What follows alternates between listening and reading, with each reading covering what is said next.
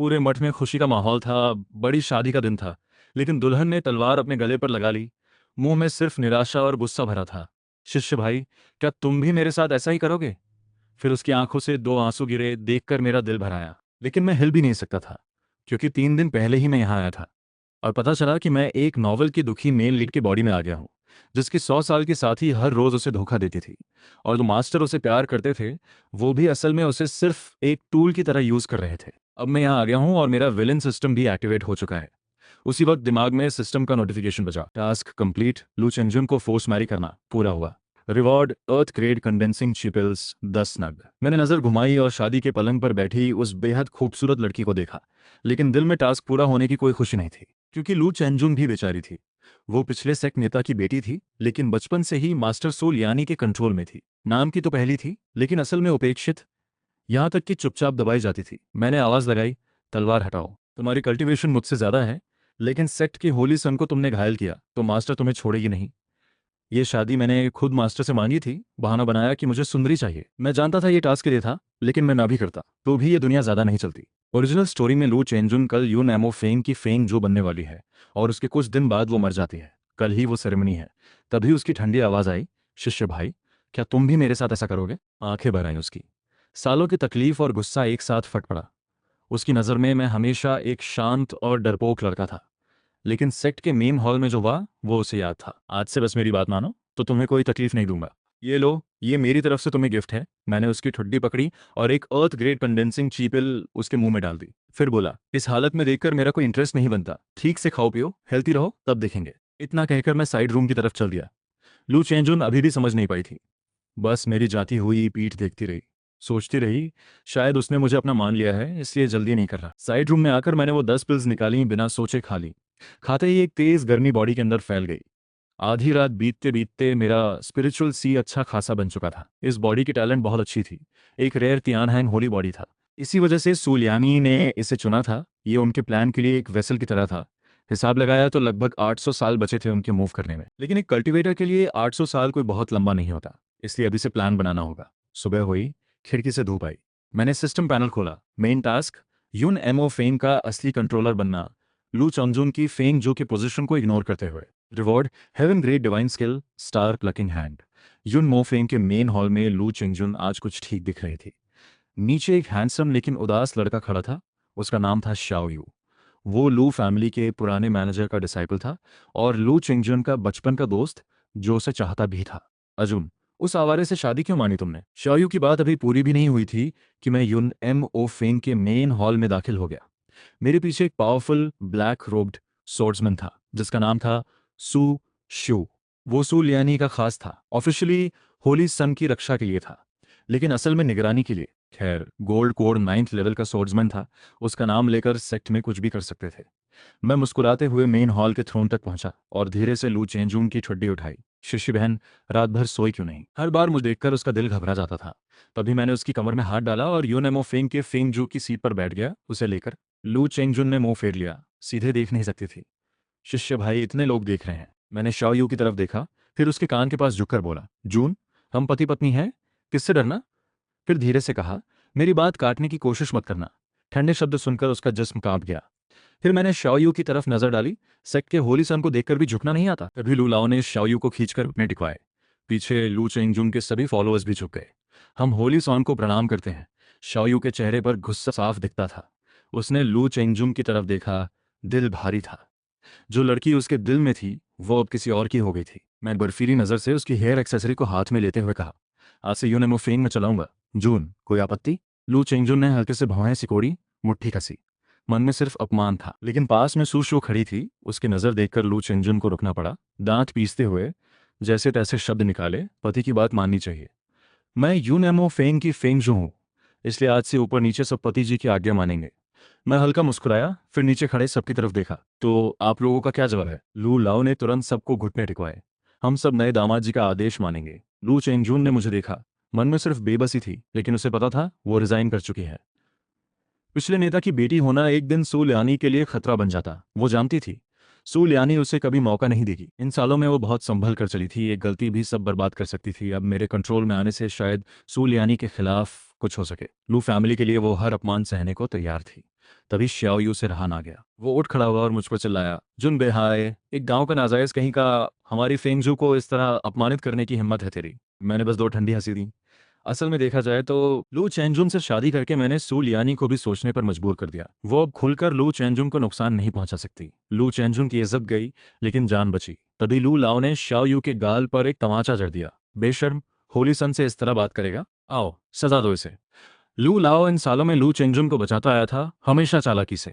तभी मैंने कहा, लू लाओ रहने दो, शाओ भाई ने अनजाने में कहा होगा। ये सुनकर लू लाओ थोड़ा रुका, लेकिन अगले ही पल मैंने फिर कहा, लेकिन शाओ भाई को लगता है युन एमोफेंग उन्हें रास नहीं आता, तो चलो उन्हें खदान पर भेज देते हैं। सेक्ट के पीछे एक और माइनिंग की साइट थी जहां सेक्ट के क्रिमिनल्स और बाहर के कैप्चर डीमंस को रखा जाता था। सब समझ गए? ये एक वार्निंग थी। लू लाओ ने आगे बढ़कर बोला, होली सन ये नादान है, मुझे सजा दे दो इसकी जगह। तभी लू चेंजुन से रहा ना गया। शिष्य भाई, क्या तुम? मैंने उसकी तरफ घूरा। शिष्य बहन, इसके लिए मत बोलो। टास्क कंप्लीट, एक को सजा देकर बाकियों को सीख देना। रिवॉर्ड, सुपीरियर ग्रेड कंडेंसिंग चीपिल 10 नग। शायू देख रहा था, वो लड़की जिसे वो चाहता था मेरे सामने मजबूर खड़ी थी। जुजन बेहाय, मैं ये नहीं भूलूंगा। एक दिन वापस आऊंगा और अर्जुन को इस नर्क से निकालूंगा। शायू ने बड़े हीरो की तरह पीठ घुमाई और जाने लगा। फिर मेरी हंसी हॉल में गुंजी। शायू ने पलटकर गुस्से से पूछा, क्या हंस रहे हो? मैंने कहा, हंस रहा हूं तुम पर। सोच बड़ी है लेकिन हैसियत नहीं। तुम खुद को बहुत लॉयल समझते हो। अगर सच में उसकी परवाह होती तो यहीं रहते, हर पल उसकी रक्षा करते। लेकिन तुम खदान पर जाना ज्यादा बेहतर समझते हो, क्योंकि डर है कि कहीं तुम भी फंस न जाओ। शाओयू बेचैन होकर लू चेंगजोन की तरफ देखने लगा। आजुन, ऐसा नहीं है, मैंने तुम्हें कभी नहीं छोड़ा। ठीक है शाओयू, तुम्हें दो ऑप्शंस हैं। आज की बात भूल जाओ और यून एमो फेंग में रहो, या दूसरा, मैं तुम्हें एक रिकमेंडेशन लेटर दूंगा, तियान जियन फेंग के लिए युन चिंगशुई के पास जाओ। वहाँ रिसोर्सेज अच्छे हैं, तुम्हारी टैलेंट के हिसाब से शायद आगे बढ़ सको। ये सुनकर श्याओ यू ने ठंडी हंसी दी। मुझे दो नावों पर पांव रखने वाला समझ रखा है? तभी मैंने अपनी पॉकेट से एक टोकन निकाला। ये यून चिंगशुई का दिया हुआ है, इससे तियान जियन फोंग में एंट्री भी मिलेगी और एक कल्टिवेशन अपॉर्चुनिटी भी। मैंने वो टोकन सू शू को दे दिया। शाओ यू की नजरें टोकन से हट ही नहीं रही। जब मैंने खदान का नाम लिया था उसी वक्त उसका दिल हल्का हुआ था। वो जानता था अपनी एबिलिटी से वो वहां भी जगह बनाता। इंस्टिंक्ट तो यही होती है। होली सन, क्या ये सच है? मैंने जोर से हंसकर कहा, बिल्कुल, बस हाँ कहो। ये सुनते ही शाओ यू का हाथ कांपते हुए टोकन की तरफ बढ़ा। थोड़ी देर में उसने दृढ़ता से टोकन पकड़ लिया। फिर लू लाओ की तरफ मुड़कर कुछ शर्म के साथ माथा टेका। मास्टर माफ करो, मैं युन मो फेंग में आगे नहीं बढ़ सकता। हिडन अचीवमेंट अनलॉक्ड, दिलों से खेलना। रिवॉर्ड, मिस्टिक ग्रेड कंडेंसिंग चीपिल 10 नग। कितनी आयरनी है, एक फेक टोकन से 10 पिल्स मिल गई। वो युन चींशवे तो सूलियानी की ही साथी है। उसका दिया टोकन कितना काम का होगा, ये सोचने वाली बात है। लू चंजुन का चेहरा बुझ गया था। तभी शाओयू ने झुककर मुझसे कहा, होली सन, आज जो हुआ उसके लिए माफ़ी। आगे से ऐसा नहीं होगा। मैंने हल्की हंसी दी। टोकन तो मेरा ही है, तो बेनिफिट चाहिए तो मुझे खुश रखो। शाओयू के इस बदलाव पर कई लोगों ने नाक भौं सिकोड़ी। लू लाओ का चेहरा शर्म से लाल था। थोड़ी देर में हॉल खाली हो गया। सिर्फ जून बेहाय और लू चेंजोन रह गए। शिष्य भाई खुश हो गए। इतना बड़ा खेल खेला, ये भी मास्टर ने सिखाया। लू चेंजुन के गाल पर दो आंसू गिरे। आंखों में सिर्फ तमाचा था। उस वक्त उसके पास सिर्फ अंधेरा था। इतनी बड़ी दुनिया में, इस बड़े सेक्ट में एक भी नहीं जिस पर भरोसा हो। मैंने उसे देखा, दिल भर आया। लेकिन सुशु हॉल के दरवाजे पर खड़ी थी। मैं भी मॉनिटर हो रहा था। सू लियानी के खिलाफ कुछ भी नहीं कर सकता था, इसलिए मैंने चुपचाप उसके सिर पर हाथ रखा, बहुत धीरे से। फिर पॉकेट से दो अर्थ ग्रेड कंडेंसिंग ची पिल्स निकालकर चुपचाप उसकी मुट्ठी में रख दिए। लू चेंजुन की बॉडी कमजोर थी, उसे जो रिसोर्सेज मिलते थे वो सब रिजेक्ट ग्रेड के थे। उसकी टैलेंट को जानबूझकर रोका गया था। ये पिल्स उसके लिए बहुत ज़रूरी थी। ये सब करके मैंने एक ठंडी सांस ली और वहां से चल दिया। मेरे जाने के बाद लू लाओ आए और लू चेंगजून के सामने झुक गए। इतने सालों में उन्होंने साथ नहीं छोड़ा था, लेकिन आज उनके अपने शागिर्द ने इतनी आसानी से लू फैमिली को पीठ दिखा दी। उनके मन में बहुत गिल्ट था। लू शू, उठो, तुम्हारी गलती नहीं। लू चेंजुन की नजर उन दो पिल्स पर गई जो उसकी हथेली में थीं। फिर उसने हॉल के बाहर देखा। वो समझ नहीं पा रहा था शिष्य भाई असल में क्या चाहते हैं। लू लाओ ने पिल्स की खुशबू सूंघी। पुराना जानकार था, दूर से ही भाप लिया। अर्थ ग्रेड कंडेंसिंग ची पिल्स और क्वालिटी भी टॉप क्लास। लू चेंजुन ने धीरे से कहा, जुन बेहाई ने दिए हैं। लू लाओ ने भौहें चढ़ाई। इतनी अच्छी चीज तो सेक्ट नेता भी ऐसे नहीं देती। लू चेंजुन को भी अब कुछ समझ आने का था। उसने पूछा, लूशू, तुम्हें क्या लगता है वो मेरी हेल्प क्यों कर रहा है? लू लाओ ने आंखें सिकोड़ी। फंगजू, आज ये लड़के ने जो नाटक किया उससे बूढ़े का मुंह काला हुआ, लेकिन अब सोचता हूं तो मुझ जैसे पुराने इंसान से भी ये गलती हुई। लोगों को उनकी बातों से नहीं बल्कि उनके कामों से पहचानो। इतना कहकर लो लाओ ने ज्यादा कुछ नहीं कहा, लेकिन मन में एक उम्मीद जाग गई। वो देखना चाहता था ये लड़का आगे क्या करता है। लू चेंजुन के मन में भी कुछ हलचल हुई। सच में मैं दिखावे में बुरा था, लेकिन करने में कुछ गलत नहीं किया था। बातें नहीं, काम देखो। उसने पिल्स को मुट्ठी में कस लिया और संभाल कर रख लिया। हॉल से निकलने के बाद सुशु मेरे पीछे आ गई। वो ज्यादा बोलती नहीं थी, ठंडी और अकेली रहने वाली। सुलियानी के प्रति उसकी लॉयल्टी बहुत गहरी थी। सुशु, सुना है तुम पहले युआन यिंग रेलम की स्ट्रॉन्ग कल्टिवेटर थी। इतनी पावरफुल होकर भी सिर्फ एक गार्ड बनने में खुशी है? सुशु के चेहरे पर एक पल के लिए कुछ हिला, फिर उसने सिर हिला दिया, कुछ नहीं बोली। ये औरत फ्यूचर में सबसे डेंजरस गार्ड साबित होगी। इसे पास रखना खतरा है। काश इसे अपनी साइड पर ला सकता, लेकिन सुशु इतनी लॉयल है कि छोटे फेवर से नहीं मानेगी। स्लोली इमोशन से काम लेना होगा। युनमो फेंग के अंदरूनी कमरे में वापस आने के बाद मैंने सुशु को बाहर रुकने दिया। बस इसी वक्त थोड़ी प्राइवेसी मिलती है। सिस्टम आपके लिए star plucking hand skill load कर रहा है। एक पल में अनगिनत स्टार्स की एनर्जी हथेली में आ गई। लगा जैसे आसमान हथेली में समा गया हो। यही है स्टार प्लकिंग हैंड। मैंने मुट्ठी बांधी। ये स्किल असल में युआन यिंग रेलम की थी, लेकिन सिस्टम की मदद से इतनी जल्दी मिल गई। पावर थोड़ी कम होगी, लेकिन सेम लेवल के फाइट में ये एक किलर मूव साबित होगी। दोपहर बाद मैं लू चेंगजुन को लेकर मास्टर से मिलने आया। डिसाइपल जुन बेहाई पत्नी लू चेंगजुन के साथ मास्टर को प्रणाम करता है। वो थ्रोन पर एक बेहद खूबसूरत औरत बैठी थी। 9 रंगों के कपड़े, अलग ही औरा। लू चेंगजुन की ठंडी खूबसूरती से अलग सुलियानी में एक मैच्योर वुमेन का चार्म था। बेहाई, तुम दोनों शादी हो गई है, अब एक दूसरे का साथ देना। बात आधी ही हुई थी कि सू लियानी की नजर लू चेंगजुन पर टिक गई। जुनर, फिर लू चेंगजुन को पहले युन मोफिंग वापस भेज दिया गया। मैं अकेले रुक गया। थ्रोन पर बैठी सू लियानी ने इस रिसेंटली चेंज डिसाइपल को ध्यान से देखा। बेहाय, मास्टर को अब भी समझ नहीं आया। तुम्हें तो यान पसंद थी। सू लियानी, जिसे यान एर कह रही थी, वो थी दूसरी शिष्य शाओ पिन्यान, एक और बेहद खूबसूरत लड़की।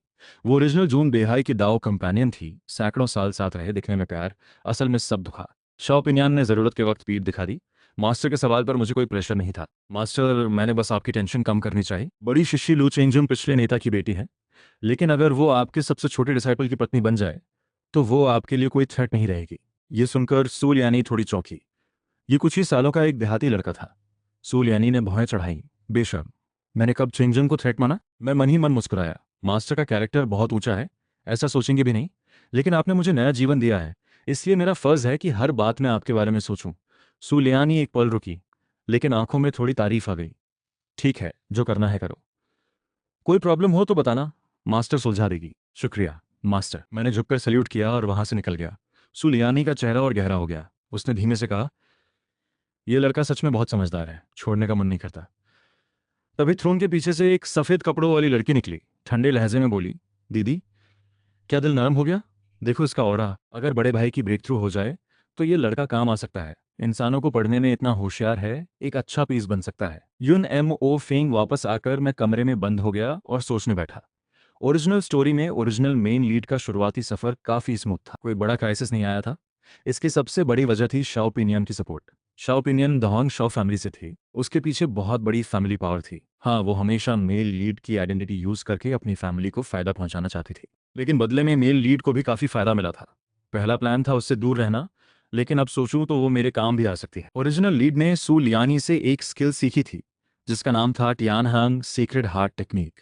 ये टियानहांग होली बॉडी के लिए सबसे सूटेबल स्किल थी, लेकिन सबसे इंपॉर्टेंट पार्ट सू लियानी के पास था। यह स्किल तो कल्टीवेट करनी ही होगी, वरना सू लियानी को शक होगा। लेकिन साथ ही एक अलग स्किल भी चाहिए जो असली इमरजेंसी में काम आए।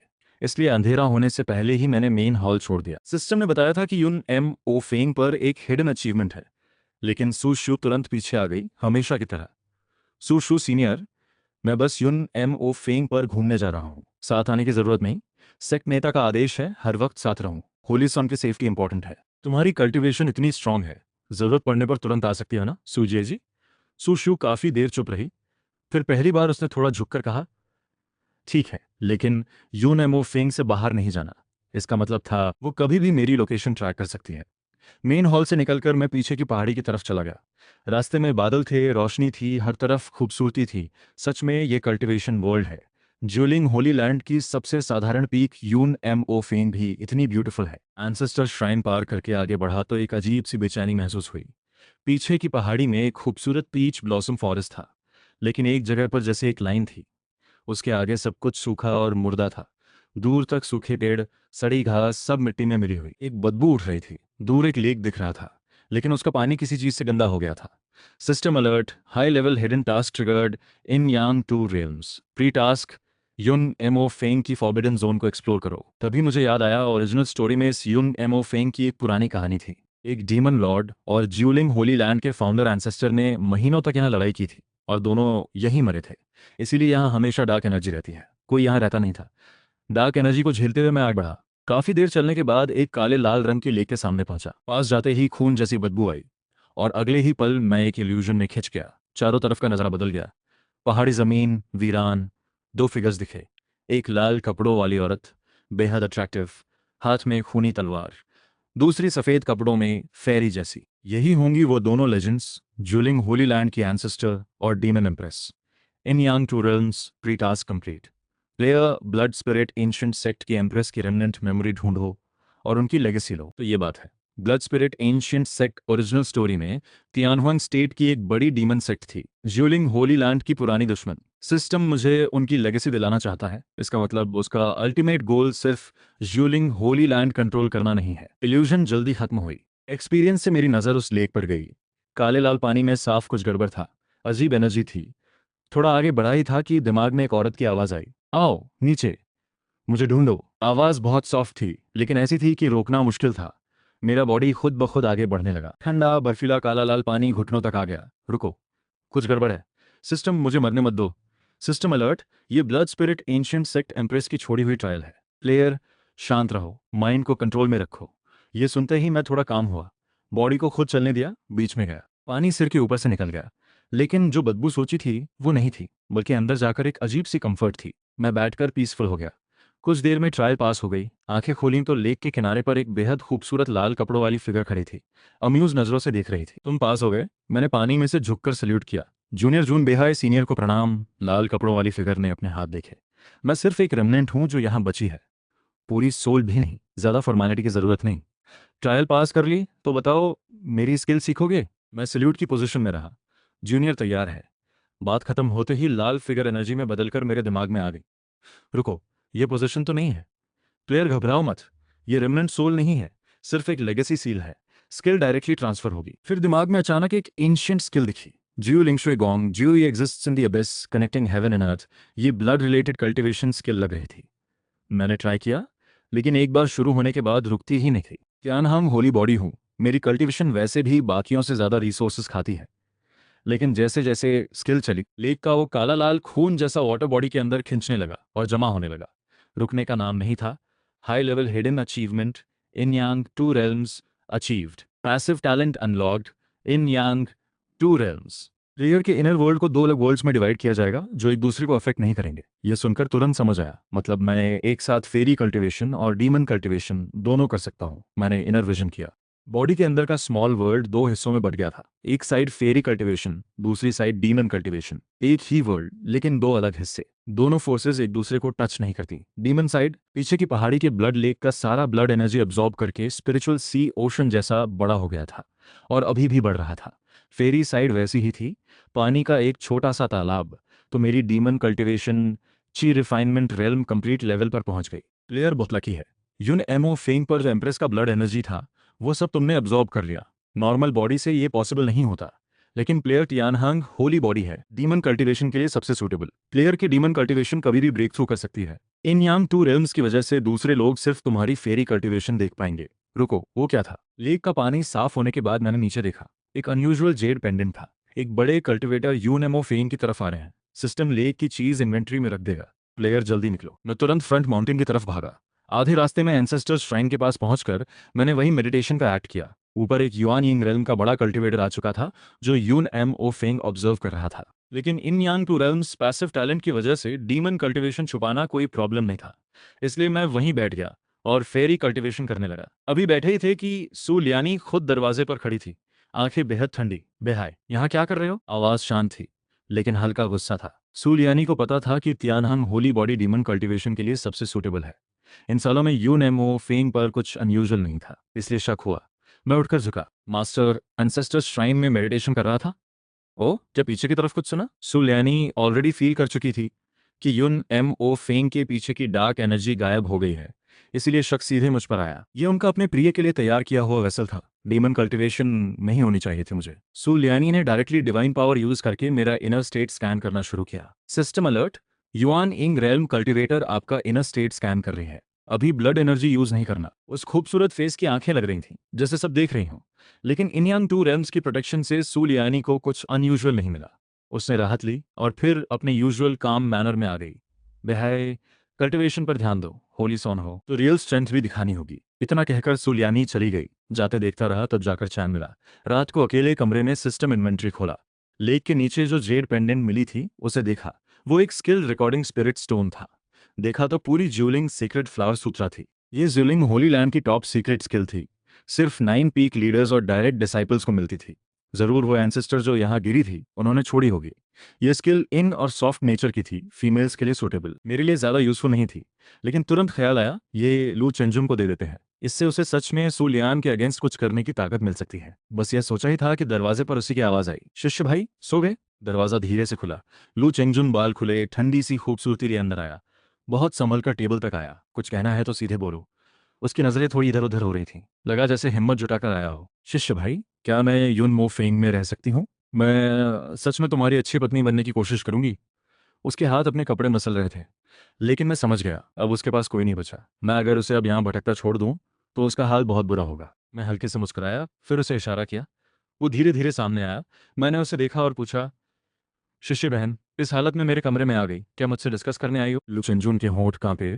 धीरे बोला, बस अपनी कंडीशन बताने आई थी। मेरी अच्छी पत्नी सुनो, मास्टर से कंडीशंस मत लगाना। मास्टर कहे तो तुम जियोगी, मास्टर चाहे तो मैं बचाऊंगा भी नहीं। ये कहते हुए मेरी नजर दरवाजे पर जम गई। उसी पल दरवाजा खुला और लगभग एक साथ मैंने लू चेंजुन को थाम लिया। दरवाजे पर सुलियानी की ठंडी आवाज आई, मेन हॉल में आओ, बात करनी है। मैंने गहरी सांस ली। सिस्टम ने अलर्ट दिया था कि सुलियानी आ रही है, इसीलिए मैंने ये एक्ट किया। उसे जरा भी शक नहीं होना चाहिए। उसकी नज़र में मैं बस एक ऐसा लड़का हूं जो शिशी बहन की ब्यूटी पर मरता है, कोई ऐसा नहीं जो उसके दुश्मनों की मदद करे। तभी मैंने लू चेंजुन को देखा। उसका पूरा चेहरा लाल था। शिशी बहन, कपड़े ठीक करो, यूनेमो फेंग में सेफ रहना है तो एक बात याद रखो, मैं जुन बेहाई बस एक ऐसा आदमी हूं जो तुम्हारी ब्यूटी पर फिदा है, बस इतना। लू चेंजुन थोड़ा कंफ्यूज था।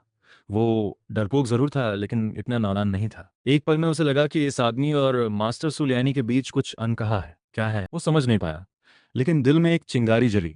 रात को यून एम ओ फेंग के मेन हॉल में सुलियानी 9 रंगों के कपड़ों में थोड़ी कैजुअल स्टाइल में फेंग जू की सीट पर बैठी एक एंशिएंट बुक पढ़ रही थी। पास में एक और बेहद खूबसूरत सोर्ड कल्टिवेटर बैठा था, शांत, फेरी जैसा, तलवार हमेशा हाथ में। यह था टियान जेन फेंग का फेंग जुयुन चिंशुए, सुलियानी की सबसे बड़ी रुकावट। ओरिजिनल स्टोरी में जब मेरा सुलियानी से क्लैश हुआ, इसी ने एक तलवार से मुझे बुरी तरह घायल किया। ज्यूलिंग होली लैंड को पूरी तरह कंट्रोल करना है तो ये दोनों दो बड़ी दीवारें हैं जिन्हें पार करना होगा। सुलियानी ने मेन हॉल में बैठे बैठे कहा, बेहाय 1 महीने बाद तुम टीम लीड करके शैनलिंग स्प्रिंग सीक्रेट रन जाओगे। शैनलिंग स्प्रिंग सीक्रेट रेल्म एक ऐसी जगह थी जो दाहों की चारों बड़ी होली लैंड्स मिलकर शेयर करती थी। हर साल एक बार खुलती थी। सिर्फ वो डिसाइपल्स जा सकते थे जिनका गोल्ड कोर नहीं बना था। हर सेक्ट से 3 से ज्यादा नहीं जा सकते थे। इस साल के 3 तय थे। एक मैं था, दूसरा दहोंग शाओ फैमिली की पावर देखते हुए शाओ पिन्यान को दिया गया था, तीसरा यून चिंगशुए के डिसाइपल हुओशिन को। हुओशिन ओरिजिनल स्टोरी में भी था, एक पक्का स्नीकी कैरेक्टर। सुलियानी ने लू चेंजुन की तरफ नजर डाली, सोचा उसके बारे में जो अभी साइड रूम में देखा था। अचानक सुलियानी के होठों पर हल्की मुस्कान आई। बेहाय जुनर, तुम दोनों साइड रूम में हो? मैंने एक्सप्लेन किया, साइड रूम स्टडी रूम है। आज कल्टीवेशन के वक्त चेंजुन अचानक अंदर आ गई तो बस ऐसे हो गया। ये बात असल में सुलियानी के लिए कही थी। अलग अलग सोने की बात उसे पता नहीं चलनी चाहिए। सुलियानी ने थोड़ा सोचा, फिर उठकर बोली, शादी हो गई है तो जल्दी बच्चा करो, हो सकता है सेक्ट को दोनों ब्लड लाइन्स वाला एक रेयर टैलेंट मिल जाए। इतना कहकर सुलियानी चली गई। साइड रूम में वापस आकर मैंने खुद को रिमाइंड किया, 1 महीने से भी कम समय बचा है शैनलिंग स्प्रिंग सीक्रेट रेलम खुलने में। अभी से तैयारी करनी होगी। ओरिजिनल लीड का अर्ली जर्नी स्मूथ था, लेकिन फिर भी काफी जगह प्लानिंग की जा सकती है। जैसे युन चिंगशुए का वो स्नीकी डिसाइपल, वो एक इंपॉर्टेंट पीस बन सकता है। फिर मैंने मेडिटेशन शुरू की। बॉडी के अंदर डीमन साइड का स्मॉल वर्ल्ड अच्छा बन चुका था, लेकिन सेक्ट में रहते हुए डीमन कल्टीवेशन को ब्रेक थ्रू करना सेफ नहीं था। सेक्ट से बाहर जाने पर कोई मौका मिलेगा। फेरी साइड अभी भी एक छोटे तालब जितनी थी, ची रिफाइनमेंट फर्स्ट लेवल भी नहीं। दोपहर को यून एमओ फेंग पर एक गेस्ट आई, त्यान जियन फोंग की यून चिंगशुए। उसके साथ एक छोटी सी ब्लैक रोब लड़की थी, उम्र ज्यादा नहीं, 16-17 साल। चेहरा क्यूट और प्रिटी था, देखने में एक भोली भाली नेबर की छोटी बहन जैसी, लेकिन पीठ पर तलवार थी। वो यून चिंगशुए के पीछे छुपी झांक रही थी। जुन शीज शेर मेरी यंगेस्ट डिसाइपल है। आज मैंने बाकी तीनों होली लैंड से रिक्वेस्ट की है कि हर सेक्ट का नेता एक गार्ड साथ ले जा सकता है शैनलिंग स्प्रिंग में। इसलिए आज से शेर सॉर्ड्समैन के रूप में तुम्हारे साथ रहेगी, शैनलिंग स्प्रिंग खत्म होने तक। मतलब साफ था, मास्टर सू लियानी ने युन चिंगशो को एक फेवर करने का मौका दिया था। मना करना पॉसिबल नहीं था। थोड़ी दूर होस्ट शेर ने झांक कर देखा। उसकी नज़र बिल्कुल किसी शिकार को देखने जैसी थी। बेहाय भैया, शेर के साथ खेलोगे? शेर बेइज्जती मत करो। युन चिंगशो ने हल्के से नज़र से इंडिकेट किया, फिर पलटकर चली गई। मैंने इस छोटी लड़की को ध्यान से देखा। जो इमेज दिमाग में थी उससे बिल्कुल अलग निकली। सोचा था छोटी लेकिन कॉन्फिडेंट होगी, लेकिन यह तो बेहद डिसअपॉइंटिंग लगी। ये स्नीकी विलन टाइप छोटी बच्ची अगर मेरी साइड पर आ जाए तो युन चिंगशो के खिलाफ एक बड़ा कार्ड बन सकती है। वो मेरे पास आई और चारों तरफ घूमकर देखा। बहुत सुना था बेहाय भैया का नाम, लेकिन कभी मिलना नहीं हुआ। शेर तो बहुत पहले से आपकी फैन है, क्या आप शेर की बेस्ट फ्रेंड बनोगे? इस छोटी सी पागल के बारे में मैं अच्छी तरह जानता था। उसके बेस्ट फ्रेंड का मतलब था मुझे अपना टॉय बनाना। जब तक मन करे टीज करते रहो। ये लड़की बेहद वियर्ड थी, कोई लिमिट नहीं था। जो मन में आया कर दिया। अगर अभी हाँ बोला तो आगे बड़ी प्रॉब्लम होगी। Hidden task triggered. होशियर को प्लेयर का एडमायरर बनाओ। Reward earth grade magical weapon Xuanling iron fan. थोड़ा सोचकर मैंने डिसाइड किया डायरेक्टली उसके मन पर अटैक करना होगा। मैंने एक कंटेम्पचुअस एक्सप्रेशन लिया, आंखें थोड़ी सिकोड़ी और थोड़ी विलन वाली ठंडी हंसी मिलाकर बोला, होशियर, होली सन को फ्रेंड्स की जरूरत नहीं होती। होशियर कंप्लीटली फ्रीज हो गई। उसने हैरानी से देखा। चेहरे पर उदासी थी, लेकिन उस उदासी के नीचे एक दबी हुई खुशी थी, जैसे उसे वो मिला जो चाहिए था। बहुत इंटरेस्टिंग है। होशियर बाहर से वही क्यूट और इनोसेंट लुक लिए हुए थे। उसने सिर एक तरफ झुकाया और मुस्कुराते हुए देखा। लेकिन बेहद भैया, शेर तो री दोस्त बनना चाहती है। वो क्यूरियस नजरों से देख रही थी, उम्मीद भरी। इतनी इनोसेंट क्यूट लड़की के अंदर इतना ट्विस्टेड माइंड है, यह सोचकर ही हंसी आती है। हाँ, तुम जैसी छोटी लड़की होली सन की पेट बनने लायक भी नहीं हो। अभी यून एमओ फेंग में रहो। और सुनो, मुझे स्पाई करने की कोशिश मत करना, वरना। मैंने पलट कर एक क्रीपी सी स्माइल दी। इंसान नेचुरली अपने जैसे लोग ढूंढता है, पागल भी ढूंढते हैं। होशियार की आंखों में अचानक चमक आ गई। खुशी छुपाए नहीं छुप रही थी। उसने नजर नीची कर ली। मैं समझ गया था इस लड़की का माइंड सिंपल है, बस थोड़ा ट्विस्टेड है। इसे जीतना वैसा ही है जैसे किसी आर्टिस्टिक या पोएटिक सोल को जीतते हैं। बस इसे दिखाना होगा कि मैं उससे कहीं आगे हूं और उसकी पैशन को समझता हूं। तब ये नेचुरली मेरी एडमायरर बन जाएगी। अगले कुछ दिन मैं पीछे की पहाड़ी पर एंसेस्टर श्राइन में अकेले कल्टीवेशन करता रहा। श्राइन से निकला तो होशियार एक पत्थर पर बैठी मुस्कुराते हुए देख रही थी। बेहाय भैया, आखिर निकले। फिर तुम? क्या है, इन दिनों मैंने पता लगाया युन मोफेंग आने के बाद आपने क्या क्या किया। पुरानी गर्लफ्रेंड शाओ पिन्यान को छोड़ा, लू चंजुन से शादी की, युन मोफेंग को ऑर्गेनाइज किया, टियान जियन फेंग के डिसाइपल को निपटाया। सब कुछ प्लान लगता है। मैंने कहा था स्पाई मत करना। इसके सामने मुझे हमेशा मिस्टीरियस और अनप्रेडिक्टेबल रहना था। लेकिन सेक्ट में आने से पहले तो आप बहुत हम्बल और पोलाइट थे। इतना बड़ा चेंज। लगता है कोई सीक्रेट छुपा रखा है, या शायद पहले से ही बहुत अच्छे से छुपे थे। होशियार ने अभी बात भी पूरी नहीं की थी कि बिना कोई वार्निंग के अपनी स्वॉर्ड निकालकर मुझ पर चला दी। मैंने हल्की सी कंटेम्पचुअस स्माइल दी, star plucking hand quietly use किया और उसकी स्वॉर्ड पकड़ ली। अच्छा हुआ ये पहली बार था, सिर्फ टेस्ट कर रही थी। वो खुशी से चमकती हुई देखने लगी। बेहाय भैया, मुझे पता था आपने अपनी रियल स्ट्रेंथ छुपाई है। बात खत्म होते ही मैं उसके पीछे आ गया, उसका कॉलर पकड़ा और उठा लिया। छोटी बहन, भैया के साथ ऐसे खेलोगी तो भैया गुस्सा होगा।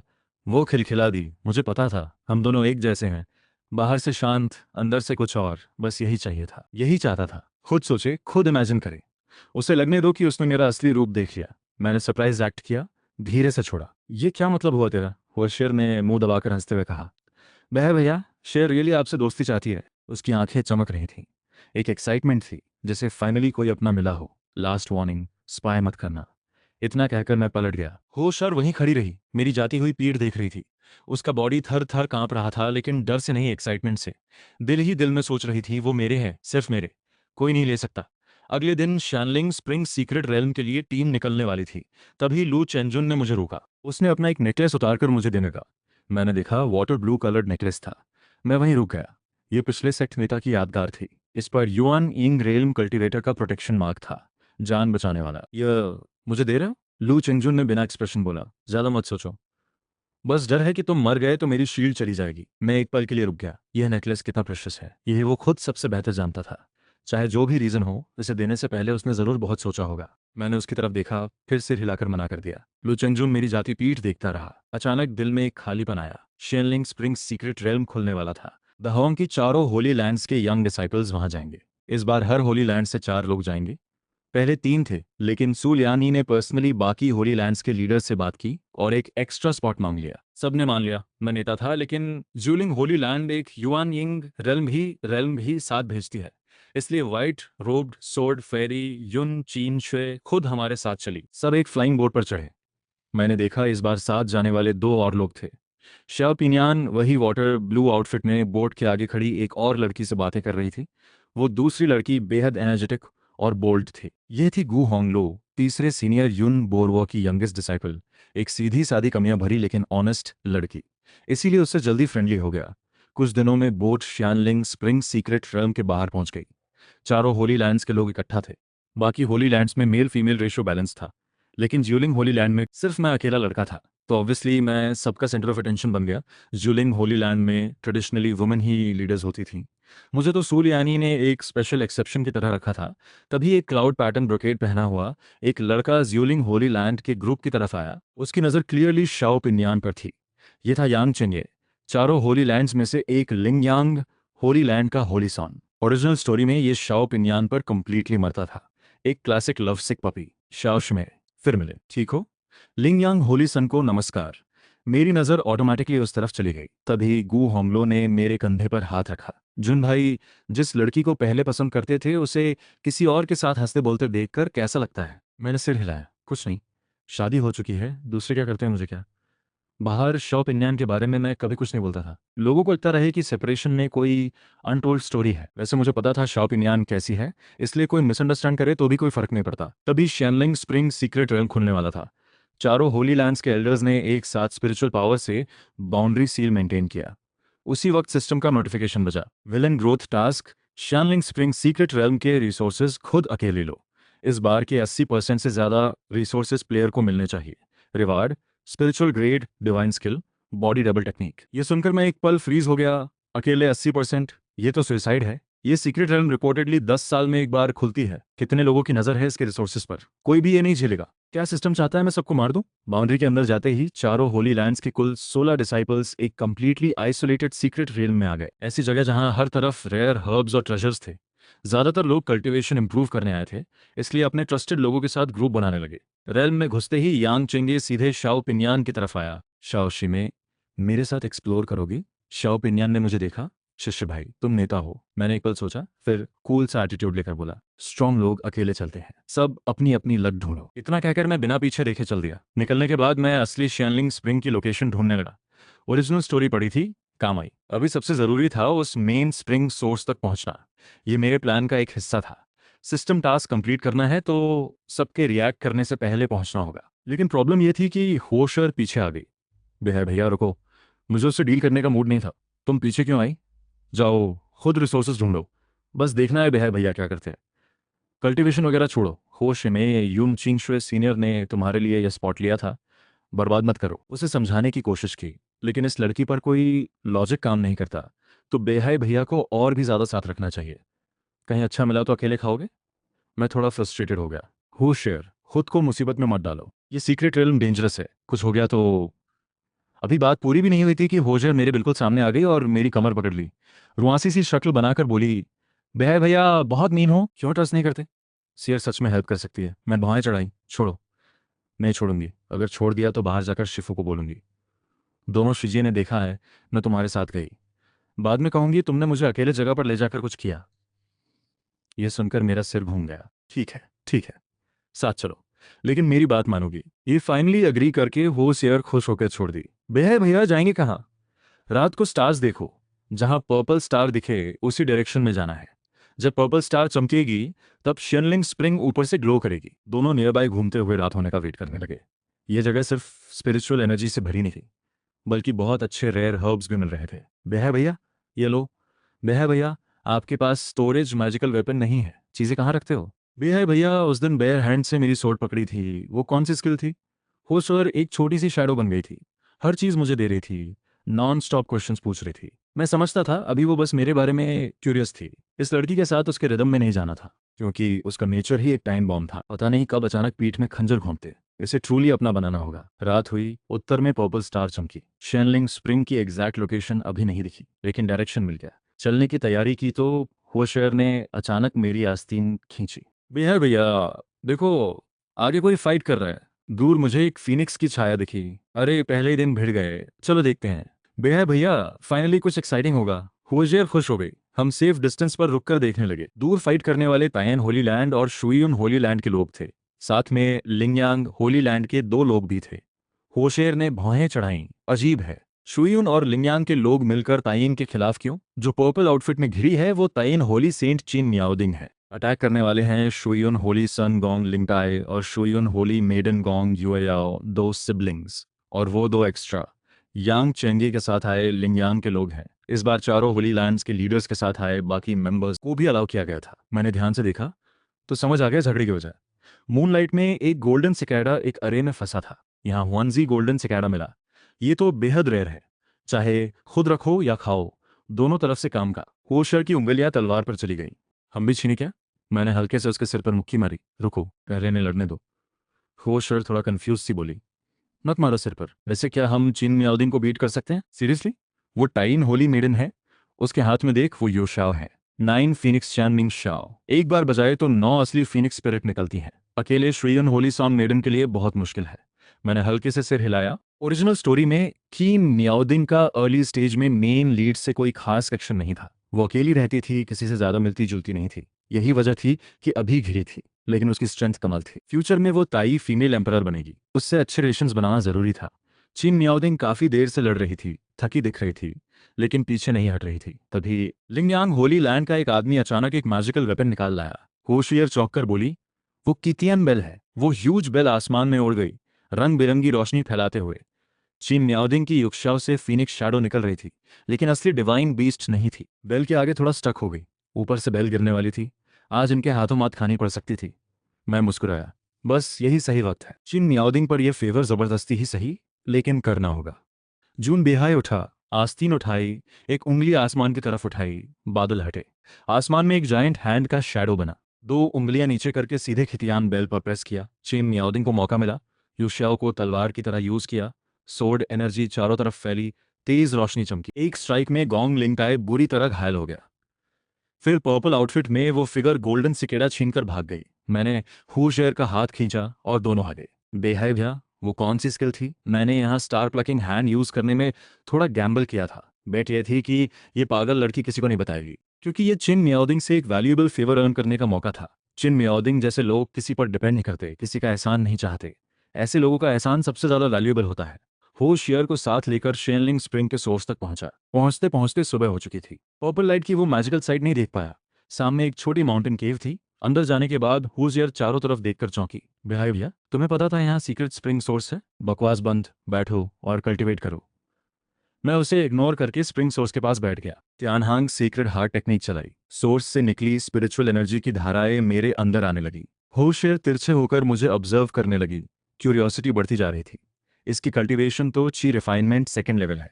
फिर उस दिन मेरी सोर्ड कैसे पकड़ी? और रात को लिंगयांग का कितियन बिल कैसे तोड़ा? बीमन साइड की स्पिरिचुअल सी में ब्लड एनर्जी नदी की तरह बहने लगी, जैसे पहाड़ से पानी नीचे आए। System alert, blood energy spiritual sea की बाउंड्री से बाहर जा रही है, सूखी जमीन तक फैल रही है। क्या मेरी कल्टीवेशन ब्रेक थ्रू होने वाली है? प्लेयर फेरी कल्टीवेशन की स्पिरिचुअल एनर्जी अब्जॉर्ब होने के साथ साथ डीमन कल्टीवेशन ने भी काफी एनर्जी ले ली है। ब्रेक थ्रू के लिए कोई आइसोलेटेड जगह ढूंढो। डीमन एनर्जी बाहर आई तो सीक्रेट रेलम के बाकी डिसाइपल्स आ जाएंगे। इनर विजन में टाइम बहुत कम लगा, लेकिन बाहर शायद 10-15 दिन बीत चुके थे। त्यानहांग होली बॉडी हूँ, ची रिफाइनमेंट रेलम कंप्लीट होने में बहुत ज्यादा स्पिरिचुअल एनर्जी लगती है। इतनी ओशन जैसी एनर्जी अब्जॉर्ब करने में भी काफी टाइम गया होगा। क्या टास्क कंप्लीट हुआ? लगभग इस स्प्रिंग सोर्स की 90% एनर्जी अब्जॉर्ब हो गई होगी। टारगेट करीब है। Task complete. Reward spiritual grade divine skill body double technique. सीधे लोड करें। लिंगाई फांकुन जांग ददाओ यी नियन यनहा शाओयाओ शन। बस एक थॉट में मेरे अंदर एक एग्जैक्ट कॉपी बन गई। यह देखकर मैं खुद हैरान हो गया। सिस्टम, ये बॉडी डबल टेक्निक है? हाँ। ये डॉपलगैंगर स्किल है जिसे बड़े बड़े होशन रेलम कल्टीवेटर्स भी नहीं जानते। ये डॉपलगैंगर प्लेयर की थॉट से बनती और मिटती है। डॉपलगैंगर प्लेयर की पूरी स्पिरिचुअल पावर यूज कर सकती है। बैटल में बहुत एनर्जी जाएगी, ध्यान से यूज करो। मुझे बहुत अजीब लगा। डॉपलगैंगर की सारी सेंसेस मुझे फील होती थी, लेकिन ये खुद मूव नहीं कर सकती थी। एक अलग थॉट से कंट्रोल करना पड़ता था। इससे कंसंट्रेशन बढ़ जाती थी। सिस्टम, ये असली बॉडी है या डॉपलगैंगर? डॉपलगैंगर की स्ट्रेंथ रियल बॉडी जितनी है, लेकिन रियल बॉडी मरी तो डॉपलगैंगर भी जाएगी। थोड़ी कमी है, लेकिन अब आगे का प्लान और स्मूथ हो जाएगा। मेडिटेशन तोड़ी, आंखें खोली तो मैं फ्रीज हो गया। केव में था, लेकिन हाथ पांव किसी मैजिकल वेपन से बंधे थे। थोड़ी दूर होशियर पागल सी मुस्कान लिए उठी थी। बेहाई भैया, हे आखिर जागे। शेर कितने देर से वेट कर रही थी। इस पागल लड़की से कुछ न कुछ होने का अंदेशा था, लेकिन इतनी जल्दी होगा सोचा नहीं था। होश में, ये क्या मतलब है? बेहाई भैया, जानते हो कितने टाइम से बैठे थे? 10 दिन? नहीं, आधा महीना। मैं चौंका, फिर सिर हिलाया। तो मुझे बांधा क्यों? क्या किसी के लिए काम कर रहे हो? होशियार ने माउथ खोलकर हंसते हुए कहा, आपसे इतना केयर करती हूँ, किसी और के लिए कैसे करूंगी? लेकिन जूलिंग के होली सन डीमन कल्टीवेशन करे, ये तो बहुत बोल्ड है। ये कहते हुए वो मेरे पास आकर बैठ गई। मैं हाथ पांव बंधे जमीन पर लेटा था। होशियार ने हाथ बढ़ाकर मेरे गाल पर हल्के से टच किया, एक सेटिस्फाइड एक्सप्रेशन के साथ। लगता है जब मैं स्पिरिचुअल एनर्जी अब्जॉर्ब कर रहा था, डीमन कल्टीवेशन ब्रेक थ्रू होने की साइंस ने उसे अलर्ट कर दिया था। मन में किल करने का ख्याल आया, लेकिन काम रहते हुए बोला, ये तुम कुछ सोच कर बोल रही हो या बकवास कर रही हो? देहाई भैया, घबराओ मत, मैं किसी को नहीं बताऊंगी। बस ये सीक्रेट अब होशियार झुककर मेरे कान के पास आ गई, चेहरा मिलाकर कंफर्टेबल सी लग रही थी। मेरी आंखें ठंडी होने लगी, पेशेंस खत्म हो रही थी। लड़की अपनी जान नहीं चाहती। एक्चुअली अभी मैं डॉपलगैंगर रिलीज करके होशियार को काबू में कर सकता था। फेरी और डीमन दोनों साइड्स ची रिफाइनमेंट रेल्म कंप्लीट है। होशियार को हैंडल करना मुश्किल नहीं, लेकिन अगर किल किया तो उसे परमानेंटली खोना होगा। वो यून चिंगशुए के खिलाफ बहुत इंपॉर्टेंट कार्ड है। बेह भैया, शी रियली तुम्हें पसंद करती है, इसलिए तियानमिंग गो लगाना चाहती हूँ। एक बार लग गया तो तुम हमेशा सिर्फ शेर के रहोगे। हु शेर के हाथ पर एक मार्क चमका। मुझे याद आया तियानमिंग गो क्या होता है। ये डीमन बीस्ट को कंट्रोल करने वाला मास्टर सर्वेंट सील है। इंसान पर लगाया जाए तो पूरी तरह उसके कंट्रोल में आ जाएगा। बिल्कुल नहीं होना था यह। मैंने अपने अंदर की ब्लड एनर्जी रिलीज की।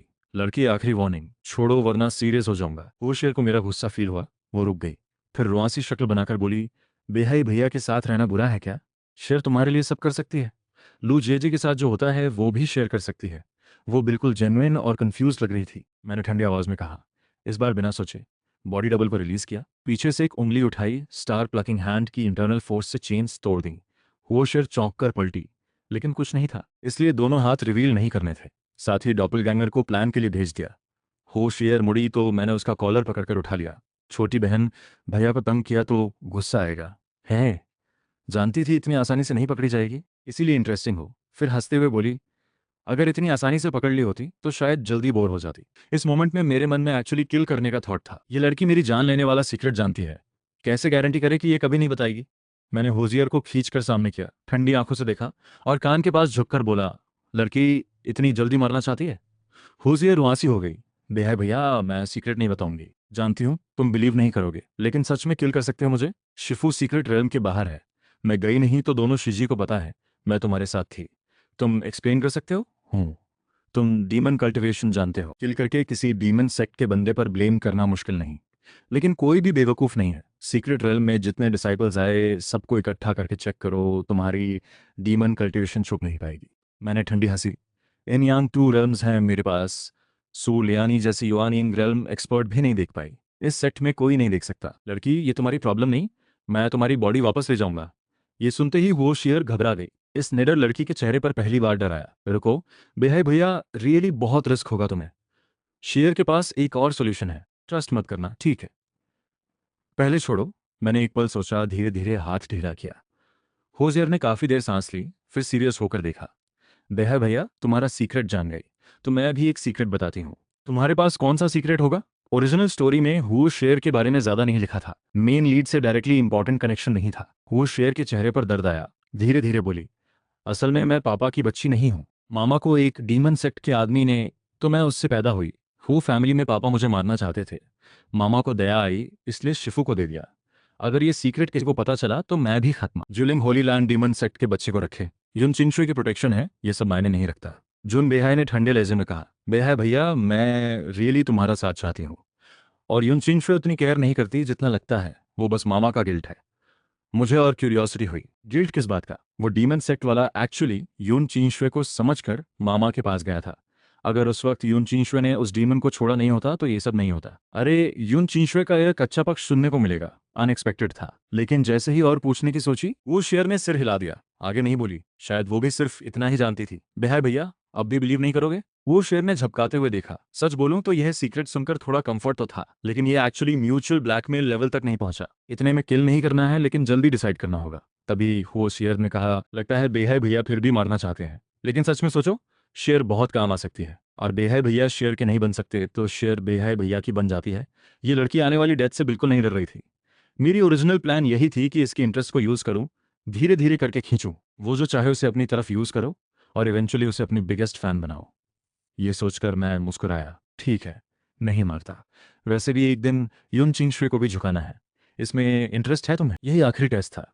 होशियार ने कुछ नहीं बोला, लेकिन आंखों में जो एक्साइटमेंट आई वो किसी ड्रामा से नहीं थी। वो जेन्युइनली खुश थी। बेहे भैया, मेरी बस एक कंडीशन है, मेरा सीक्रेट रखो। युन चिंगशुई के खिलाफ मेरी हेल्प लो, लेकिन जब तुम सेक्ट नेता बनो तो मुझे तियान जियन फोंग का नेता बनाना। युन चिंगशुई हमेशा के लिए मेरे नीचे रहे। डील। होशियार की उम्मीद जेन्युइन लगी। इसके साथ जाना एक गैम्बल था, लेकिन एक्चुअली उसे किल करने में भी रिस्क था। दोनों तरफ रिस्क है, तो वो साइड चूज करो जिसमें फायदा ज्यादा हो। होशियार का मैटर सेटल होते ही मैं निकलने वाला था, तो एक अजीब सी फोर्स ने इस पूरी जगह को लॉक कर दिया। होशियार के चेहरे पर एक क्रीपी स्माइल आई। लड़की, अब क्या ड्रामा है? ये युन चिंगशुई का दिया स्पेस ट्रेजर है, जिंदा लोगों अंदर रख सकता है। अगर तुम एक्चुअली मारने वाले होते तो मैं खुद इसमें घुस जाती। मैंने सोचा ये तो उसकी बैकअप प्लान थी। आखिरकार युन चिंगशुई का सबसे प्यारा डिसाइपल है, उसके पास प्रोटेक्शन के कई तरीके होंगे। तभी system notification I. Bond fond. Attack moves can add weakness status. Enemies 2 layers of spiritual power can not stack. राहत मिली।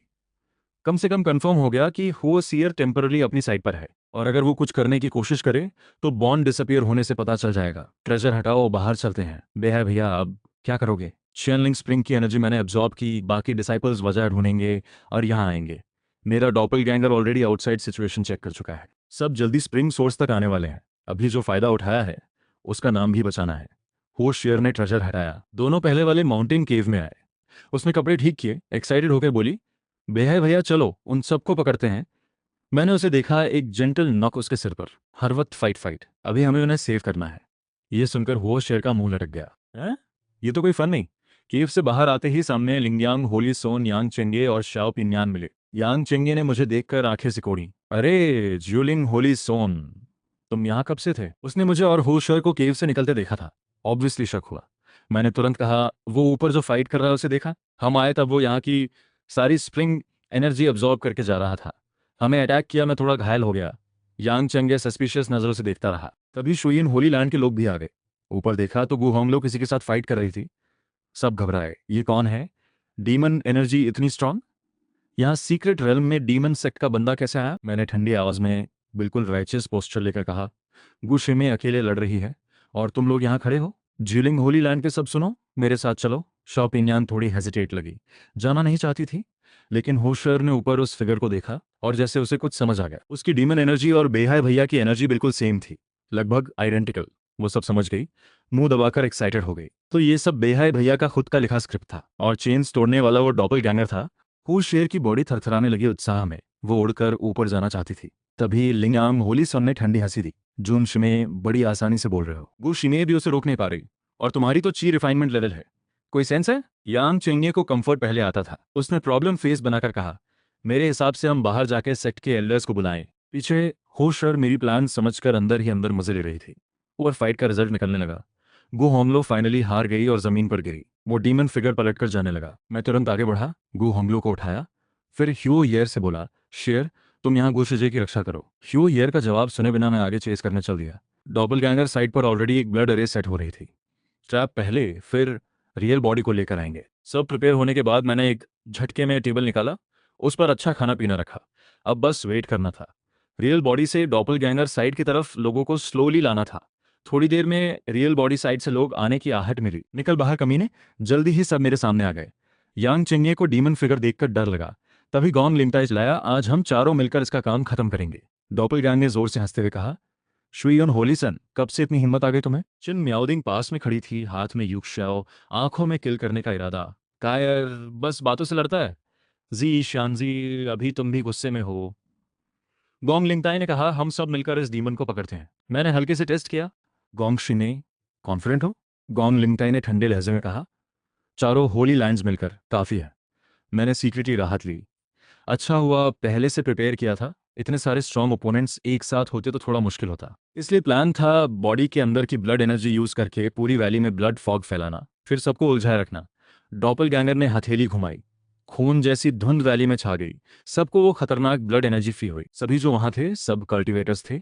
डीमन सेक्ट की एनर्जी उन्हें बहुत डिस्कम्फर्ट देती थी। हाँ, खुद आए हो मरने तो जहन्नुम में जाओ।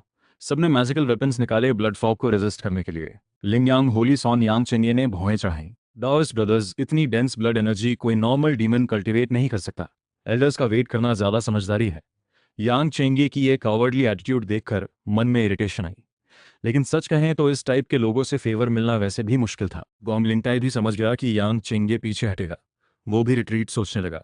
गोंग योया से रहा नहीं, बोली, ब्रो हम इस जून शमे के साथ मिलकर लड़ते हैं। लेकिन गोंग लिंगटाई ने शर्म भरी नजरों से मेरी तरफ देखते हुए कहा, जून होलीसन, मुझे लगता है यांग डाओइस्ट सही कह रहे हैं। इतनी ब्लड एनर्जी वैसे भी जून बेहाई ने बिना सोचे हेल्प की थी, इसलिए अब रियल बॉडी साइड को राइचियस इमेज मेंटेन करनी थी। गोंग शमे, समझ सकता हूं आपकी हेजिटेशन, लेकिन मेरी शिष्य बहन अभी अंदर है। अगर आप लोग डरते हैं तो मैं अकेले जाऊंगा। इतना कहकर मैंने प्राउड पोस्चर लेकर ब्लड फॉग में कदम रख दिया। वो डिसाइसिव और ब्रेव मोमेंट देखकर सब थोड़ा अनकंफर्टेबल हो गए। यांग चेंगे ने नाक भौं से कोड़ी। मन में सोचा, मैं क्या करूं, दुश्मन बहुत स्ट्रांग है, खुद को हीरो दिखा रहा है, ये ची रिफाइनमेंट लेवल में उस डीमन को हराएगा। गोंग युएआओ ने भाई की बांह खींची। ब्रो, ये जुनश में अकेला गया, कुछ हो गया तो? गोंग लिंगटाई ने गोंग युएआओ को रोका। शो में मैं भी नहीं जाना चाहता, बस दुआ करते हैं ये ठीक वापस आए। कोई नहीं मानता था कि मैं उस डीमन को हरा सकता हूँ। यहाँ तक कि चीन म्याओदिंग ने भी ब्लड फॉग में कदम रखा। दोनों साथ भी थे, फिर भी कोई फायदे की उम्मीद नहीं।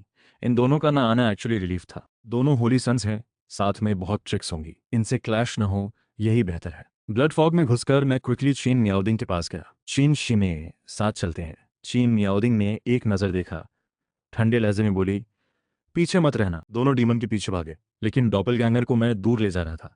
चाहता नहीं था कि चीन म्याओदिंग सीधे फाइट करे। टेक्निकली चीन म्याओदिंग को बीट कर सकता था, लेकिन ये मकसद नहीं था। डायरेक्ट फाइट से खुद एक्सपोज होने का ज्यादा रिस्क था। काफी देर चेस करने के बाद डीमन एक माउंटेन केव में छुप गया। किनशी में एक सेकंड, मैं चीन म्याओदिंग को वहां छोड़कर केव की तरफ चला गया। अकेले होते ही डॉपलगैंगर बाहर आकर चीन म्याओदिंग पर स्नीक अटैक करने लगा। चीन म्याओदिंग बहुत फास्ट थी। तुरंत यूशा उठाई, एक डार्जलिंग व्हाइट लाइट निकली, 9 फीनिक्स शैडोज बाहर आईं और डीमन पर झपटी। डीमन, मर जा। डॉपलगैंगर ने हल्की सी स्माइल दी, ब्लड फॉग से धीरे धीरे निकलते हुए। जी, ये फीनिक्स असली नहीं है, मुझे सीरियसली हर्ट करना मुश्किल है, और तुम बहुत देर ब्लड फॉग में रहे हो, ब्लड एनर्जी माइंड को अफेक्ट कर सकती है। डॉपलगैंगर ने एंजॉय करते हुए एक पक्के विलन की तरह हंसते हुए कहा। चीन म्याओदिंग और डॉपलगैंगर ने कई राउंड्स लड़े। ब्लड फॉग की एनर्जी हटती गई, लेकिन जितना ज्यादा चीन म्याओदिंग स्पिरिचुअल पावर यूज करती, उसकी कंडीशन उतनी वर्स होती। फिर भी वो ग्रिटेड टीथ होकर लड़ती रही। कुछ देर बाद चीन म्याओदिंग के स्टेप्स से विंड और स्नो निकलने लगी। ब्लड फॉग फ्रीज होने लगा। ताइन होली मेडन के तौर पर चीन म्याओदिंग ताइन डाओ में एक्सपर्ट थी। ब्लड फॉग में घिरकर जब कोई रास्ता नहीं बचा तो उसने सारे कार्ड्स ओपन कर दिए। जी, ये तो कमाल है। अगर इस ब्लड फॉग का सपोर्ट न होता तो ऑनेस्टली तुम्हें हराना मुश्किल होता। चिन म्याओदिंग का चेहरा पेल हो रहा था। ब्लड फॉग का असर उसकी स्पिरिचुअल एनर्जी जाने के साथ बढ़ता जा रहा था। गंभीर होकर बोली, डीमन, थोड़ी देर में सब होली लैंड्स के एल्डर्स यहाँ आ जाएंगे, अभी भाग सकते हो। चिन म्याओदिंग ट्राई कर रही थी कि डीमन थोड़ा कॉशियस हो जाए, लेकिन मैंने ये मूव तभी किया जब सब रेडी था। डॉपलगैंगर अचानक चिन म्याओदिंग के पीछे आया। स्टार प्लकिंग हैंड यूज करके उसे प्रेस करके होल्ड कर लिया। तुम सिर्फ ब्लड फॉग में छुपकर मुझसे फाइट करोगे? मैं चिन म्याओदिंग के पीछे खड़ा था, उसके कान के पास पर्पल वेल हाथ लगाकर खींच लिया। शिनशानजी, तुमने मुझे भागने को कहा, तो क्या तुम मेरी फिकार कर रही थी? तुम बेशम। चीन म्याओदिंग का चेहरा लाल हो गया, गुस्से और शर्म से। चीन स्यानजी, उस रात मैंने तुम्हारी जान बचाई थी, अब तुम मुझे मारना चाहती हो? अनग्रेटफुल नहीं लगता? इसीलिए आज तुमसे सेटल करूंगी। मार नहीं सकी तो यहीं रहूंगी। चिन म्याओदिंग ने जोर लगाकर छूटने की कोशिश की। यूशा उठाई, स्पिरिचुअल पावर से तलवार जैसी अटैक छोड़ी। उस अटैक की एनर्जी रोंगटे खड़े कर देती थी। ये लड़की सच में एक्स्ट्रॉर्डनरी थी। ताइन डाओ के अलावा सोर्ड और म्यूजिक दोनों में एक्सपर्ट।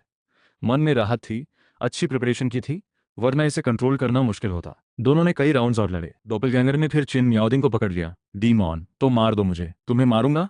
इस पूरे सीक्रेट रेल में तुम सबसे ब्यूटीफुल हो, इस फिगर से जरूर अच्छे बच्चे होंगे। यह सुनते ही चिन म्याओदिंग कंटक लाल हो गई। शर्म और गुस्से में बोली, बास्टार्ड, मैं तुझे मार दूंगी। डॉपलगैंगर ने चिन म्याओदिंग को एक पुश दी और दोनों ब्लड फॉग से बाहर निकल गए। वहां रियल बॉडी मेरा था। चीन शिमे, ठीक हो? चिन म्याओदिंग ने एक नजर मुझे देखा, ठंडी आवाज में बोली, तुम पहले निकलो, आज मैं इस बास्टर्ड से सेटल करूंगी। मैंने तुरंत कहा, चीन शिमे, इमोशन में मत आओ, पहले यहाँ से सेफ निकलना जरूरी है। मैं तुमसे ज्यादा क्लोज हूँ, जाना है तो खुद जाओ। ये लड़की सच में स्टबर्न थी। चिन मियाओदिन का पर्सनालिटी यही था, हेड स्ट्रांग और नेवर गिव अप। जानती थी कि लेवल में डिफरेंस है, लेकिन फुल फोर्स फाइट करने की ठानी थी। मैंने देखा, टाइमिंग सही थी। डॉपलगैंगर ने सीरियसली काम शुरू किया। हथेली ऊपर उठाई, चारों तरफ ब्लड एनर्जी पाम में इकट्ठा होने लगी। CNGRU Tishu JXNHN। आसमान में एक ह्यूज हैंड शैडो बना, ग्रेविटी जैसी फोर्स के साथ तीनों पर गिरने लगा। दोनों ने ऊपर देखा, आंखों में एक पल के लिए हेल्पलेसनेस आई। यही मेरा मोमेंट था। मैंने पूरी स्ट्रेंथ से चीन मियाओदिंग को पुश किया। चीन मियाओदिंग को सरप्राइज हुआ। उसे लगा ही नहीं था कि ये दूसरे सेक्ट का होली सॉन इस मोमेंट में उसे बचाने के लिए खुद खतरे में जाएगा। चीन मियाओदिंग की नज़र में बस एक अकेला लड़का था जो पलट कर उस जायंट हैंड का सामना कर रहा था। मैंने ऊपर देखा, बिना किसी डर के फिस्ट ऊपर उठाई। डीमन आजा। बेशक यह पूरा एक्ट था। डॉपलगैंगर की वो मूव भी सिर्फ दिखाने के लिए थी। एक जायंट हैंड स्ट्राइक के बाद जमीन कांपी। जून बेहाई खून से सना खड़ा था। देखने में डरावना लग रहा था, लेकिन असल में कोई सीरियस इंजरी नहीं थी। वो एक अहम वक्त था जब उसने खुद को खतरे से दूर धकेला। उस हैरान करने वाले नज़ारे में बस एक अकेला दृढ़ लड़का था। वो मुड़ा और सीधे उस दुश्मन का सामना किया। मैंने सिर उठाया, बिना किसी डर के उस आसमान को हिला देने वाली विशाल हथेली की तरफ देखा। मुट्ठी बांधकर आसमान की तरफ ताना और ललकारा, मैं तैयार हूं। मुझे पता था नाटक पूरा करना जरूरी है, लेकिन असल में मेरे क्लोन ने चाल चली वो सिर्फ दिखावा था। वो उस तबाही के बीच खड़ा था। आसपास का खून का धुआं अब छेंट चुका था। दुश्मन ने हैरानी से मेरी तरफ देखा और धीरे धीरे भौहें चढ़ाईं। कोई हैरानी नहीं, खून के धुएं का असर नहीं हुआ तुम पर। तुम तियानहुआंग होली बॉडी हो, बताओ नाम क्या है? मैं हूं ज्यूलिंग होली लैंड का होली सन, जून बेहाई। तुम अच्छे हो, मैं हूं ब्लड डीमन कुनपेन। आज एक काबिल लड़के से मिलना हुआ। तुम्हारे साथ आए बाकी लोगों से कहीं बेहतर हो तुम। मैंने जानबूझकर यहाँ शोर मचाया। ब्लड डीमन कुनपेंग, ये नाम मैंने खुद रखा था। मकसद था कि सब जान लें मैं ब्लड डीमन के हाथों मौत के करीब पहुंचा था। ये मेरा दूसरा मकसद भी था, कुछ वक्त के लिए मरे हुए की तरह रहना, ताकि मैं अपनी डिमोनिक कल्टिवेशन को एक नए लेवल तक ले जा सकूं। तुम इसी के लायक हो, मारो। फिर मैं और मेरा क्लोन एक जबरदस्त बराबर की टक्कर वाली लड़ाई में उलझ गए। दोनों ऐसे लड़ रहे थे जैसे दो पुराने दुश्मन जो एक दूसरे की काबिलियत जानते हों।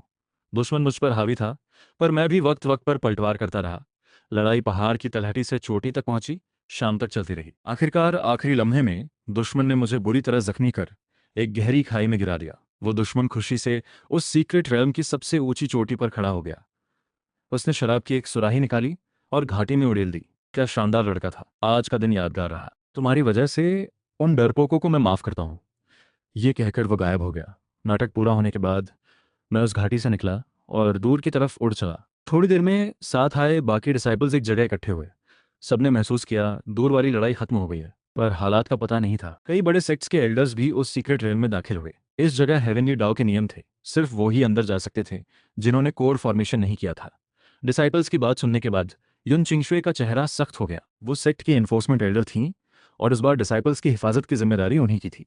जब सुना कि मेरी जान खतरे में है तो वो गुस्से से भड़क उठी। चाहे कुछ भी हो, जुन बेहाय को ढूंढना होगा, वरना ज्यूलिंग होली लैंड चुप नहीं बैठेगा। उनकी सफेद पोशाक और बेमिसाल शख्सियत ने किसी को भी पलटवार करने की हिम्मत नहीं दी। फिर हर बड़े होली लैंड के डिसाइपल्स जून बेहाय को पागलों की तरह ढूंढने लगे। यून चिंगशुए ने एक बेशकीमती ट्रेजर निकाला, ख्यानकुन मिरर। ये मिरर बची हुई स्पिरिचुअल एनर्जी से पहले की घटनाएं दोबारा दिखा सकता था। सभी बड़े एल्डर्स और डिसाइपल्स उस क्यानकुन मिरर के सामने जमा हो गए। उस विशाल मिरर में धीरे धीरे पुरानी तस्वीरें उभरने लगी। जब वो आसमान हिला देने वाला स्टार प्लकिंग हैंड टेक्निक नजर आया तो कई होली लैंड एल्डर्स की सांस रुक गई।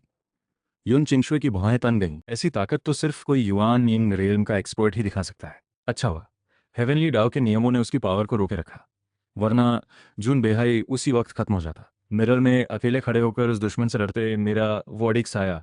वाकई में हजारों के सामने अकेले खड़े रहने वाला जज्बा रखता था। उस वक्त साथ आए बाकी सेक्ट्स के डिसाइपल्स ने जब मिरर पर वो दृश्य देखा तो हैरान रह गए। शुयुन होली लैंड के वो दोनों भाई बहन शर्म से पानी पानी हो गए। बॉन्ग लिंगटाई ने एक लंबी सांस ली। एक असली कल्टिवेटर को जून भाई जैसा होना चाहिए, बस उम्मीद है वो ठीक रहे। गोंग युएओ की नजरें मिरर पर टिकी थीं, चेहरे पर एक अजीब सी उदासी थी। जून भाई क्या सच में ठीक रहेंगे? हाँ, हमारे बीच खास दोस्ती नहीं थी, पर उस बहादुर साय को देखकर गोंग युएओ के मन में एक अजीब सी तड़प जाग उठी। उम्मीद है जून भाई सलामत रहे।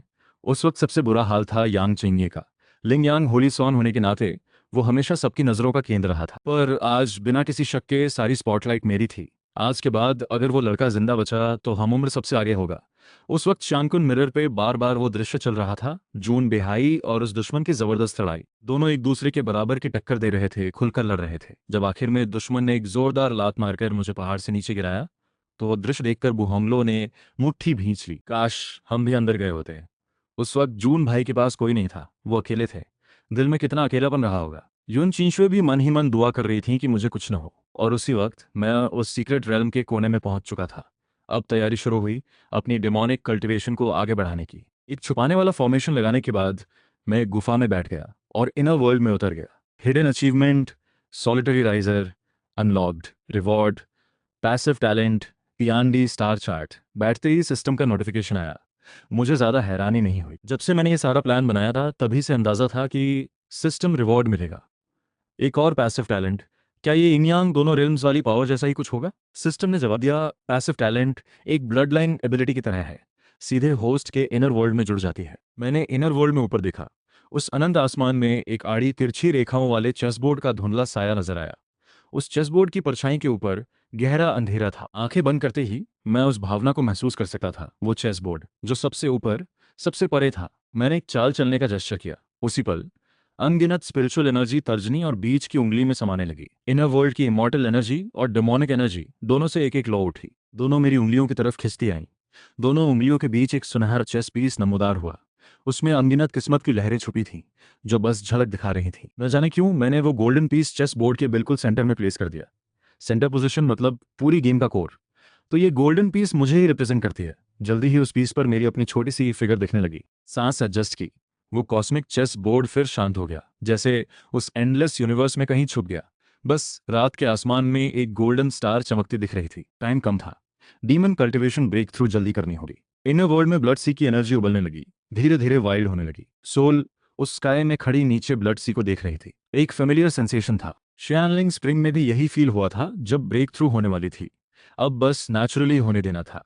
ब्लड सी की ब्लड एनर्जी स्पिरिचुअल सी से बाहर सूखी जमीन पर फैलने लगी। इन यांग टू रेल्म्स में जो डीमन साइड थी वो पूरी ब्लड एनर्जी से भर गई। वो एनर्जी जमीन पर पानी की तरह फैलती गई, पूरी इनर वर्ल्ड को भिगोती गई। इनर विजन में होने के बावजूद फील हो रहा था कि ब्लड एनर्जी बॉडी की नसों और हड्डियों को स्ट्रेंथन कर रही है। हर साइकिल में बॉडी थोड़ी और मजबूत होती जा रही थी। यही टियानहांग होली बॉडी की असली पावर थी।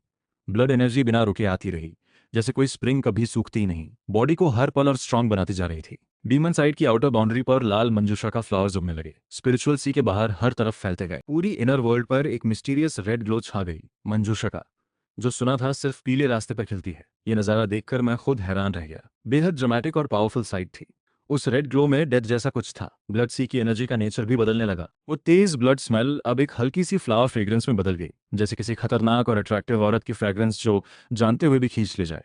बेशक मैं इस वर्ल्ड का मास्टर था, इसलिए अफेक्ट नहीं हुआ। जब ये डीमन एनर्जी को प्रॉपर्ली फील करके आंखें खोली तो सोचा था शायद 9th लेवल तक पहुंच जाऊंगा, लेकिन देखा तो डीमन कल्टीवेशन जूजी 3rd लेवल थी। जूजी रेल में ब्लड, मेरिडियंस और बोन्स तीनों कल्टीवेट होते हैं। 3rd लेवल मतलब ब्लड कल्टीवेशन कंप्लीट। इन यांग टू रेल्म्स में डीमन साइड पर जो मंजूषा का खिले थे वो इसी ब्लड कल्टीवेशन को रिप्रेजेंट करते थे।